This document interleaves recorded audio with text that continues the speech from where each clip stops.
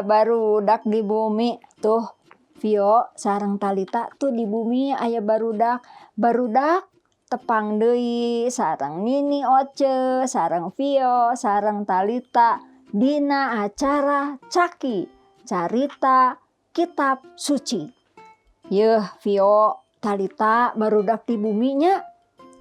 Nini Oce bade ngadongeng aya hiji jalma namina Abah Sarma. Abah Sarma teh sok mawawa bedog paranti milari parap domba. Tah tapi hiji mangsa eta bedog teh leungit ngacleng terus leungit bedogna teh. Aduh Abah Sarma teh sedih pisan. Terus gitu aya Jajaka datang. Cek Jajaka teh, kunaon Abah sedih? Bedog leungit. Atuh kumaha? Jajaka teh hoyong ngahibur Abah Sarma. Tah ieu Abah aya bedog nu ieu we pake alim. Eta mah sanes bedog Abah. Tapi ieu mah alus. Weutuh keneh. Alim da bedog Abah mah henteu weutuh geus heubeul. Atuh kumaha nya? Terus we dipilarian deui. Budak ngora teh datang deui eta Jajaka teh. Tah Abah anu ieu sanes. Terus cek Abah teh, oh nya eta bedog Abah mah nu geus butut. Tah barudak ari ucap teh kudu jeung lampah.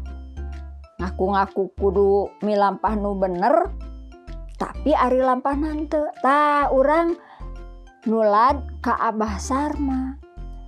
Sanajan bedogna butut tetep di aku. Sabab ceuk Bah Sarma mah ucap kudu jeung lampah. Ieu Vio laguna kumaha nya Talita?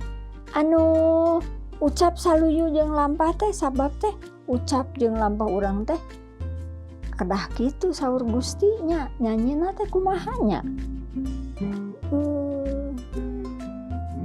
Oh, sabab katingali ku Gusti. Kumaha nyanyina? Mata Tuhan melihat apa yang kau perbuat, apa yang baik, apa yang jahat. Oleh sebab itulah jangan berbuat jahat. Ingat, Tuhan melihat. Tah gitu barudaknya. Tepang deui nya engke sanes waktos sareng Nini Oce dina acara Caki. Dawuhan Gustina kieu tah barudak dina hiji Yohanes 3 ayat 18 nya. Anaking ulah jeung ulah ucap pungkul kudu nyata dina prakna. Sakitunya barudak. Dadah.